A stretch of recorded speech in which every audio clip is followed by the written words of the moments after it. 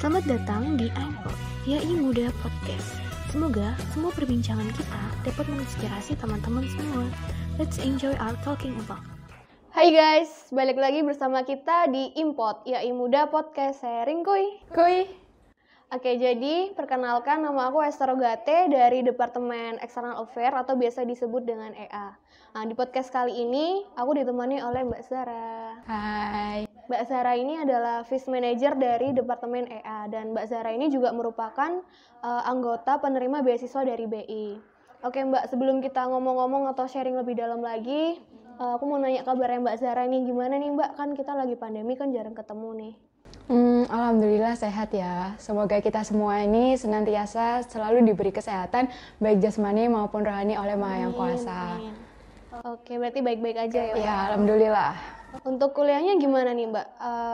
Ada kendala atau aman-aman aja atau gimana? Alhamdulillah aman. Cuman ya gitu, kalau misal kuliah secara daring kan kita nggak bisa diskusi sama teman kita. Jadi ya kadang kayak agak bosen gitu ya. Ya gitu.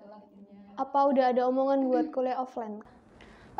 Dari kampus aku itu sudah ada. Cuman untuk semester tua itu udah kayak apa? Yang tinggal skripsi itu udah online terus. Jadi nggak ada di kampus. Oke. Oh ya, kan tadi kan kita udah aku kenalin ke Mbak Zara nih, kalau Mbak Zara ini kan penerima beasiswa dari BI. Nah, kita kepoin yuk pengalaman Mbak Zara selama menjadi penerima beasiswa itu gimana? Gimana nih Mbak pengalaman selama menjadi penerima beasiswa? Selama aku menjadi anggota Genbi, Genbi itu kan Generasi Baru Indonesia. Itu sebuah komunitas mahasiswa penerima beasiswa Bank Indonesia. Nah, di sini ini kan di Genbi ini kan nggak hanya satu kampus aja, tapi dari berbagai kampus. Nah, ini benar-benar menambah relasi banget. Dan apalagi kalau misal ada event Korkom itu koordinator komisariat, sedangkan Korkom di Surabaya itu namanya Korkom Suramadu. Nah, Korkom Suramadu ini koordinator komisariat yang menaungi komisariat-komisariat yang ada di Surabaya dan Madura. Jadi kalau misal ada event Korkom, pasti kan semuanya bisa mengenal satu sama lain. Jadi lebih banyak menambah relasi. Untuk yang kedua, selain relasi ya, kita banyak juga dapat ilmu pengetahuan, khususnya waktu awal tahun 2020 itu kan Indonesia kan sedang diserang pandemi. Nah, itu Bank Indonesia segera melakukan kegiatan yang bertransisi dari yang awalnya kegiatannya secara luring, secara luring itu berubah menjadi secara daring. Nah, Bank Indonesia itu dalam sebulan itu sering mengadakan seminar atau event online itu untuk menambah wawasan bagi penerima beasiswa Bank Indonesia. Itu tergantung sih, kadang ada tentang entrepreneur, kadang ada tentang soft skill, leadership, seperti itu. Jadi selalu ada kegiatan per bulannya antara Bank Indonesia dengan penerima beasiswa Bank Indonesia. Lumayan banyak juga ya Mbak ya pengalamannya yang didapetin dari penerima beasiswa ini ya. Oke, kira-kira nih Mbak, untuk motivasinya Mbak Zara sendiri untuk mengikuti beasiswa ini apa? Oke, sedikit cerita ya. Jadi awalnya dulu tuh aku nggak pernah terfikirkan sih untuk ikut beasiswa ini. Soalnya di awal tahun 2020 itu aku banyak mengikuti organisasi. Terus habis itu aku ikut volunteer juga di kampus. Jadi kayak nggak kepikiran untuk nyelesain berkasnya tepat waktu. Nah, tapi waktu aku bincang-bincang sama teman aku, itu dia bilang ke aku, coba aja, nggak apa-apa, mumpung waktu pendaftarannya masih buka. Kan nggak ada salahnya, soalnya kalau misal dapet kan untung juga gitu kan buat bayar UKT. Soalnya aku sering merasa kayak ngeluh juga kan sama UKT yang menurut aku mahal gitu kan. Nah, terus di H-1-nya itu pagi hari itu aku buka WhatsApp kan, itu kan kayak banyak broadcast tentang pendaftaran beasiswa. Nah, itu aku lihat broadcastnya, terus aku baca kan syarat-syaratnya. Kok aku rasanya pengen daftar gitu kan. Akhirnya aku baca detail syaratnya, ternyata di situ tuh kayak harus melampirkan SKTM. Yang menurut aku kalau ngurus SKTM itu nggak bisa jadi dalam sehari gitu kan, karena kalau di RT ku agak ruwet ya. Agak ruwet gitu. Jadi kan kayak aduh hopeless lah, ikut nggak ya gitu. Akhirnya aku tanya ke temen aku, tanya kalau pendaftaran beasiswa ini pakai melampirin SKTM nggak? Soalnya kalau aku ngelampirin SKTM bakal lama gitu. Terus kata teman aku nggak usah, kalau misal nggak butuh SKTM nggak usah dilampirkan SKTM. Nah, singkat cerita akhirnya aku di hari H-1 itu aku udah nyiapin semua persyaratannya, mulai dari buat motivation letter, buat resume pribadi, terus nyari-nyari slip gaji orang tua kan harus dilampirkan juga, terus cetak transkrip nilai itu aku urus di H-1 pendaftaran. Terus yang waktu tahun ini kan di periode 2 kan, waktu periode 2 ini motivasi aku karena kan udah tahu ya benefitnya jadi Gen B itu gimana, jadi kayak udah tahu lah dampaknya bagi aku dan keluarga aku itu gimana, kayak banyak dampak positifnya juga. Akhirnya dari situ dari beasiswa itu kayak bener-bener membantu perekonomianku dan keluarga aku gitu kan.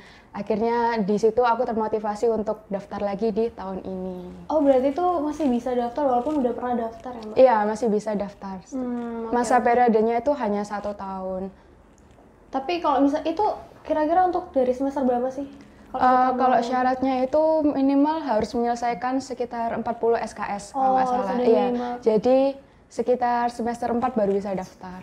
Berarti kalau misalnya kita semester 4 terus semester 5 masih bisa daftar lagi? Bisa, gitu? bisa. Oh, pokoknya sampai kita lulus masih bisa daftar lagi? Ada 2 kali kesempatan. Tapi maksudnya 2 kali kesempatan? 2 kali kesempatan mungkin kan kita kan dari semester 3 ya, semester 3 sampai semester 5 itu kan 1 tahun. Nah di semester 5 kita bisa daftar lagi. Oh, cuman 2 kali? Iya. Oh, oke. Seperti itu. Terus juga ketentuan lainnya kalau ingin daftar itu minimal IPK. Jadi IPK harus diperhatikan kan. IPK itu syarat minimal daftarnya itu harus nggak boleh kurang dari 3. Jadi 3 itu emang benar batas minimumnya. Oke. Oh ya, kalau misalnya kita ngomongin tentang benefit nih, kira-kira benefitnya yang didapat ada apa aja sih, Mbak? Kalau benefit ya itu tadi kan, benefitnya kan kayak dapat beasiswa, terus relasi, ilmu pengetahuan. Terus kalau dari aku sendiri itu kan di komisariatku kan di setiap komisariat itu kan ada struktur ya, mulai dari BPH sampai divisi-divisinya. Nah, kebetulan aku itu dari divisi lingkungan hidup. Aku masuk di divisi lingkungan hidup. Nah, di divisi lingkungan hidup itu punya kayak greenhouse. Nah, tahu nggak greenhouse? Iya, tahu. Ya, greenhouse itu. Rumah hijau. Iya. Nah, greenhouse itu isinya kayak tanaman hidroponik. Itu sebagai wujud BI dalam pemberdayaan masyarakat. Jadi greenhouse itu dibangun oleh BI sebagai pemberdayaan masyarakat sekitar di situ. Tapi yang kayak koordinir tuh para ini ya, komunitas antara Gen B sama kelompok tani sekitar situ. Nah, di situ tuh aku banyak belajar ilmu baru sih, nggak hanya ilmu secara umum, aku juga belajar ilmu tentang kayak pertanian gitu kan, kayak cara menanam hidroponik, terus macam-macam pupuknya, nutrisinya itu kan aku juga belajar banyak di situ. Ya, semoga ilmu ini juga bermanfaat bagi aku ke depannya gitu kan. Terus juga benefit lainnya mungkin kalau misal acara offline gitu ya, kita kan butuh kayak penyewaan tempat gitu ya. Nah, kita itu sering pakai tempatnya itu di Gedung Bank Indonesia. Iya. Terus juga fasilitasnya itu juga udah lengkap. Terus kalau misal kita mau mengajukan sponsor kayak Gen B mengajukan dana ke BI itu juga bisa. Langsung di-approve ya? Ya, tergantung itu masih dipertimbangkan. Kira-kira itu berarti kalian juga buat ini ya, kayak acara itu tapi buat komunitas luar atau hanya untuk di dalam aja?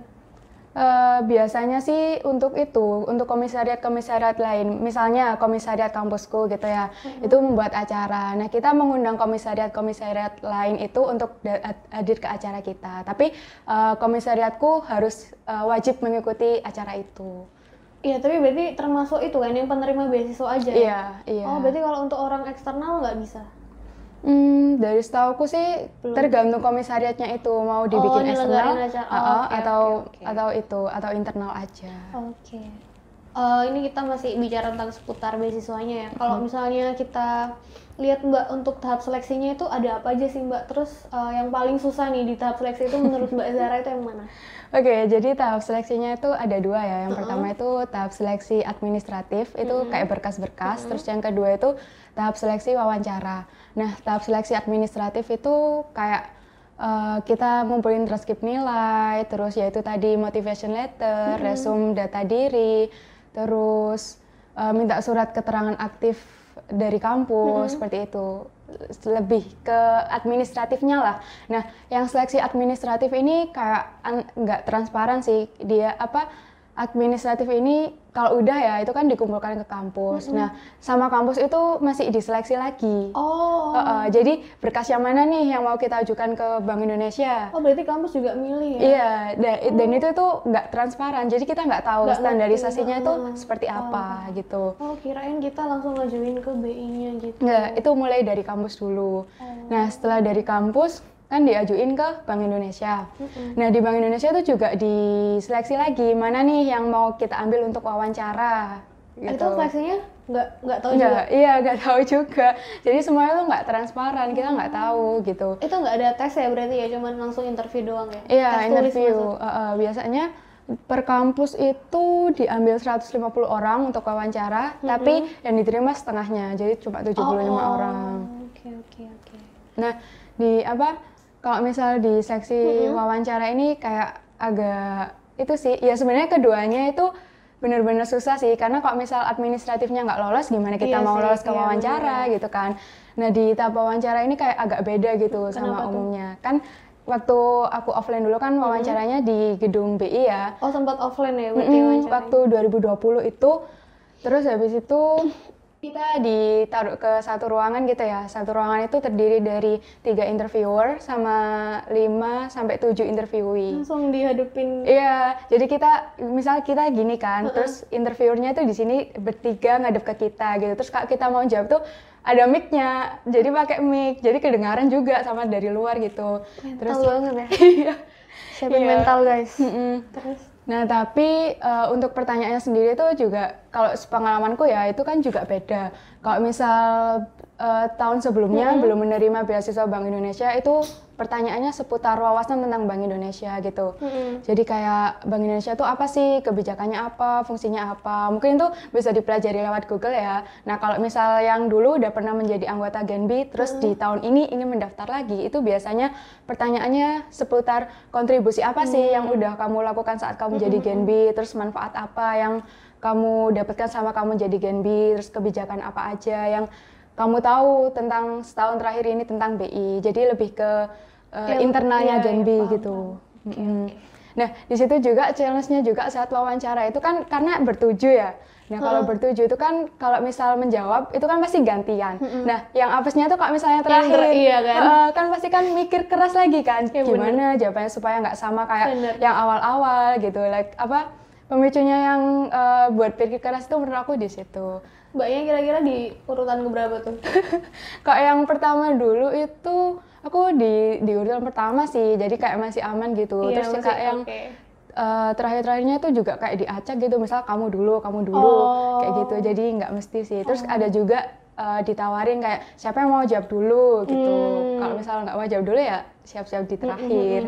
Gitu Siap-siap sih. mikir keras guys. Oke, untuk ini Mbak, tips dan trik yang mungkin Mbak Zara punya buat teman-teman kalau misalnya teman-teman ini kayak kayak minat, kayak pengen banget gitu. Kira-kira ada nggak bisa Mbak Zara bagiin ke teman-temannya tips dan triknya? Kalau tips and trick dari aku sih, aku nggak ada tips and trick dan spesial ya. Cuman waktu itu aku mempersiapkan dari awal pendaftaran itu sampai wawancara itu semaksimal mungkin. Mungkin jangan ditiru ya kalau aku mempersiapkannya H-1 itu jangan ditiru. Iya. Karena kan awalnya nggak kepikiran. Itu dipersiapkan dengan baik, mulai dari berkas-berkasnya, terus kayak diperhatikan. Mungkin mulai sekarang diperhatikan nilai-nilainya gitu kan, supaya penting banget sih. Supaya dapat IPK lebih dari 3 lah intinya kayak gitu. Jadi kayak semuanya tuh dipersiapkan. Terus habis itu kalau mau wawancara, mungkin yang belum jadi anggota Genbi bisa itu browsing-browsing gitu, wawasan mengenai Genbi itu seperti apa. Terus mungkin kalau yang udah buat pernah, ini ya wawancaranya nanti kalau ditanya-tanya. Iya, kalau misal udah pernah menjadi anggota Genbi ya semuanya itu mungkin akan terjawab lah kalau misal dia menjadi anggota Genbi yang aktif. Iya, seperti itu. Terakhir nih Mbak, tadi udah ya, apa aja sih yang dipersiapkan untuk mendaftar beasiswa itu tadi kan, itu semua harus dipersiapkan dengan matang-matang buat teman-teman di sana. Ya gimana ya, kalian harus mempersiapkannya itu lebih matang lagi guys, lebih detail lagi dari mulai administratifnya, terus mulai dari wawancaranya untuk mempersiapkan mental kalian sama menambahkan wawasan kalian untuk kayak searching gitu sebelum kalian diwawancarai sama wawancara dari Genbi itu sendiri. Oke Mbak, ini kemarin kita ini buka question box di IG kan, kayak pertanyaan gitu, dan ada beberapa orang sih yang nanya. Ini dari akun @laras_pch. Pertanyaan yang pertama aku bacain ya Mbak. Tips dan trik biar nggak insecure untuk ikut beasiswa, karena kebanyakan tuh kan biasanya beasiswa itu rata-rata yang ngikutin kan mahasiswa yang berprestasi, mahasiswa yang aktif, kok organisasi-organisasi itu. Gimana nih Mbak? Bisa dibagiin ke teman-temannya mungkin? Itu ya, kalau misal insecure ya itu tadi. Kalau menurut aku nggak perlu insecure sih, karena aku sendiri juga mahasiswa yang ya biasa aja, ya organisasi iya, ya kuliah Tapi iya. itu emang ditanyain nggak sih Mbak, kalau misalnya kamu pernah ikut pengalaman apa organisasi? Iya, apa ditanyain minat bakat itu juga ditanyain. Terus kalau bisa ya, kalau misal diwawancara itu jawabnya yang jujur. Karena pernah ada pengalaman dari kampus aku itu, dia tuh ditanyain minat bakat kan. Minat bakatnya itu apa? Dia bilang, dia tuh nggak jujur. Dia bilang minat bakatnya kiroah. Langsung kiroah, disuruh kiroah di tempat itu. Iya. Jadi di depan jurinya dia langsung kiroah. Terus habis itu ditanyain kan sama temanku, loh kamu bisa kiroah ta? Enggak, tadi aku nggak bisa kiroah. Jadi kayak jurinya tuh tahu gitu loh, kamu itu jujur atau enggak. Terus gimana tuh dia nasibnya?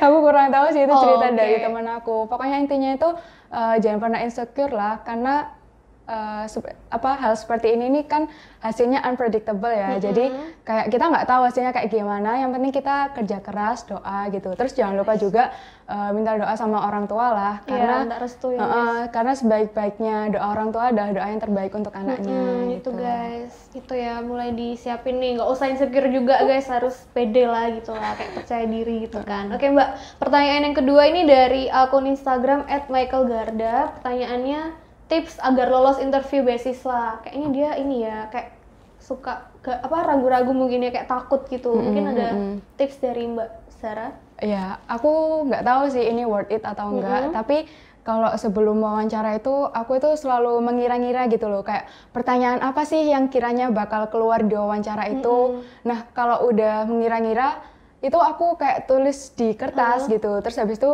aku jawab juga, aku tulis di jawabannya di bawah soal itu.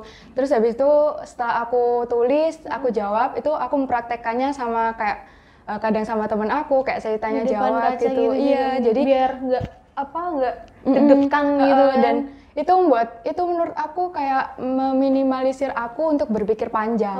Jadi kan kayak udah dipersiapkan gitu. Misalnya kayak kayak aku menerka-nerka kayak benefit apa sih yang kamu dapat dari Genbi itu aku tulis. Setelah aku tulis, aku jawab. Setelah aku jawab, aku latihan sama entah sama temanku, entah sama adikku kayak gitu. Jadi kayak apa ya? Kayak biar kita pertanyaan itu aku udah pernah bisa jawab gitu. Jadi kayak lebih yakin gitu sama diri kita sendiri. Berarti guys, untuk tipsnya biar lolos itu, kalian kira-kira itu harus bisa mengira-ngira tuh pertanyaan yang diberikan itu apa, biar kalian bisa jawab nanti waktu di situ tuh nggak deg-degan, nggak ragu-ragu gitu, biar kelihatan mantap gitu kan. Iya. Oke Mbak, itu aja sih Mbak kira-kira untuk pertanyaan-pertanyaan ini. Baik, gak kerasa nih guys, kita udah selesai bincang-bincang, sharing-sharing dengan Mbak Sarah, yang tentunya sangat menarik dan memotivasi kita agar tetap lebih semangat dalam mencari beasiswa. Nah, buat teman-teman di luar sana, walaupun kalian sekarang belum keterima, belum ada kesempatan, kalian gak usah insecure, kalian gak usah berkecil hati, tetap semangat dan tetap sabar, pasti bakalan ada hasilnya. Oke guys, jangan lupa tetap nonton video podcast kita selanjutnya ya, karena kita di sini bakalan bahas tentang beasiswa juga. Dan buat kalian yang penasaran, jangan lupa untuk nonton terus videonya. Dadah, see you. Oke Mbak, kita jargon dulu Mbak. Oke. Anggota muda IAIN Jawa Timur, muda, berani, berintegritas.